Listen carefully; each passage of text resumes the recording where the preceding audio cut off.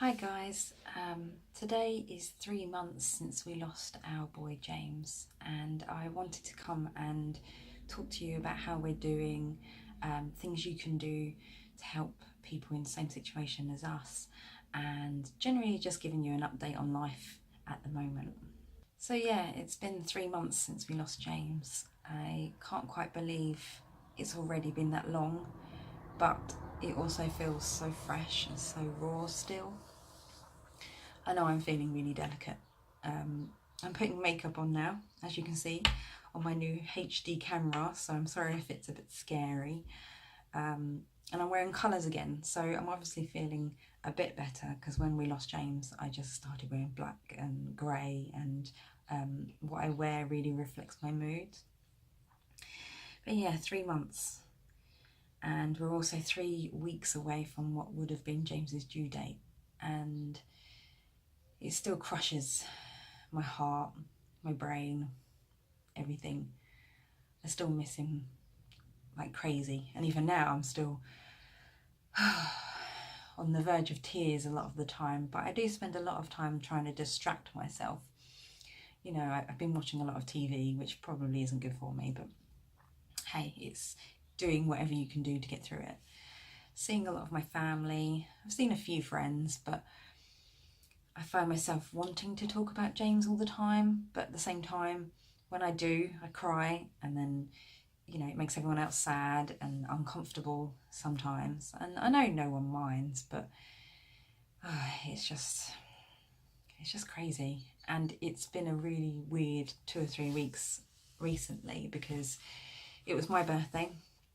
I turned 34, and normally I love birthdays, great excuse for some Prosecco and cake, but I just wasn't interested and felt quite miserable despite everyone's efforts, and I feel a bit bad about that, but hey, it's how I was feeling at the time. It was also Mike's birthday and Father's Day, and on Father's Day my sister gave birth to her little boy Jack, so I became an auntie again.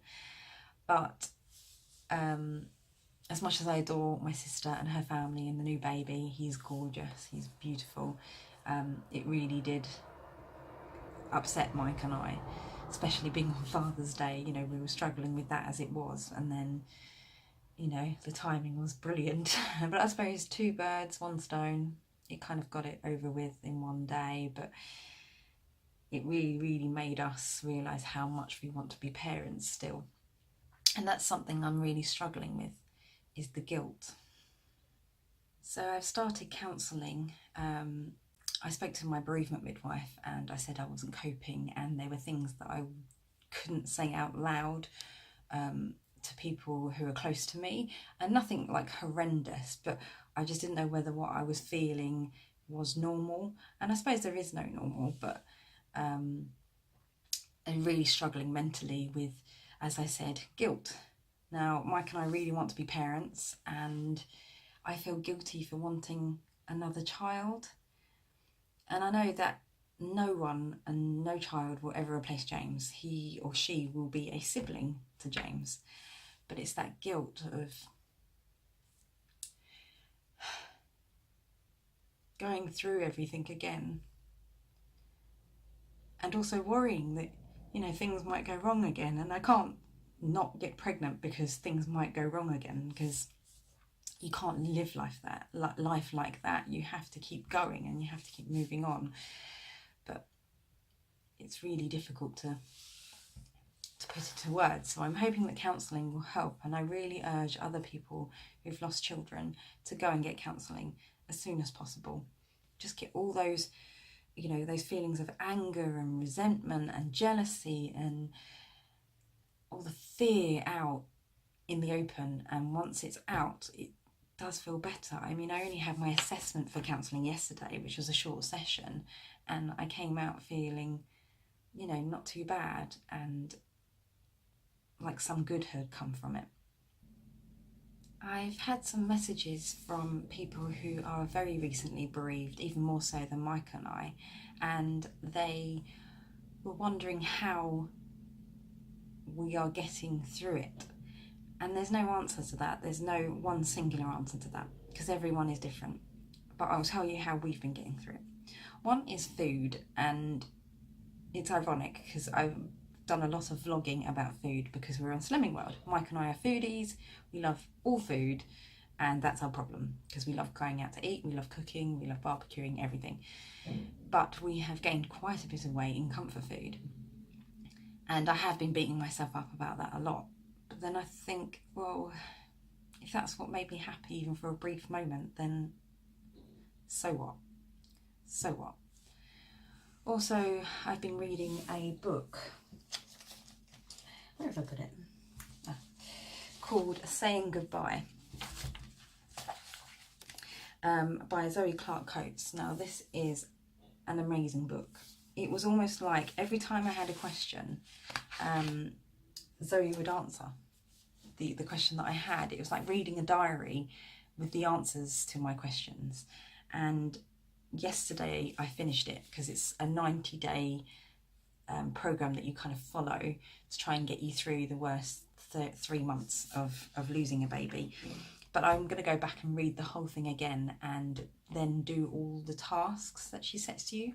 So she says to write letters to your baby and things like that. So, you know, this is such a brilliant book. It really does go through everything you're feeling. And having it written down in front of you makes you feel better. So I highly recommend that book. And I think it's on sale at the moment as well on Amazon. What else have we been doing? Going for drives. We like our drives. Mike's been keeping really busy. He's been working non-stop. Not only because we had to use all our savings when we lost James so that Mike could have time off, but also keeping himself busy and, you know, keeping everything moving, practical, you know, getting the bills done, making sure things are done in the house, whereas I've just kind of fallen apart, and he's just been amazing with that. I have to say, with other couples, talk to each other. Don't shut each other out. The worst thing you can do is shut each other out. It just causes arguments and upset, and we've tried our best to keep open and honest, and even when they're horrible things, just keep talking. For friends and family, I would suggest that send them messages, not every day because it can get a bit intense, but, you know, once a week, see how your friends or family are, check on the couple, you know, take around lasagna, you know, homemade lasagna, or drop off a cake on their doorstep. Ask them if they need anything done. Do they need kids taking to school? Do they need someone to help clean the house? Because I feel constantly void of energy, and it's really weird because I'm sleeping better than I have done in a long time. The weather certainly helps, so the pain is less, but I can sleep 12 hours and still be exhausted, and I can only assume, apart from pain, that this is the grief. So just ask couples, what can you do for them? You know, don't force visits on them. Don't, you know, be intense and too much for them. Let them guide you. But at the same time, if you know they're struggling, sometimes just, like I said, drop off a dinner. Say that you're on your way past, you'll pick up the kids. Things like that. Another thing I'm struggling with is what now? So all last year we were planning the wedding, and then I got pregnant 8 weeks after the wedding, so we didn't waste any time. And then obviously I was so ill with the pregnancy, and then I've spent the last 3 months mourning the pregnancy and James. And until we feel ready to try for children, I'm in this weird limbo, because my whole life was gearing towards being a mother and fulfilling that dream, and that urge, you know, that biological clock has been ticking for some years, and now what? So I've got to work out what that is. I've been trying to do bits with Mike with the business, but it depends on how I wake up that day. Some days I wake up and I can't even be bothered to shower, and I lay in the dark and cry. And other days, like today, I have cleaned the house, I've got dolled up for you guys, but I'm also going to lunch with a family member later, and then we're having a little family gathering at my mum's, and baby Jack will be there, and that will be lovely, and I will have a cuddle. But I'm living day to day at the moment. I do have quite a full diary over the next few weeks. We've got like various events going on, family things, but I don't know where, and it sounds cheesy, where my life is going now, and maybe I shouldn't have put all my attention and hopes into having children. I have bought lindsaygarrick.com, so I'm going to try and make my blog and vlog and my whole media presence, social media presence, a bit more professional, because I'd like to, you know, write more about the places that I go to eat. See, it's all about the food, and, you know, about my journey through getting through baby loss and hopefully getting pregnant again, because I've been following lots of ladies who've gone on to have children post-loss, and it's been such a help seeing them. You know, there's some wonderful vloggers and bloggers and Instagrammers, so easy to find, and some of them have been wonderfully supportive. Hashtag underscore, the word hashtag underscore Emma in particular, she has been wonderful, sending me messages and keeping an eye on me, and while still dealing with her own grief. And I want to do that for other mums and dads, to show there is hope even 3 months down the line.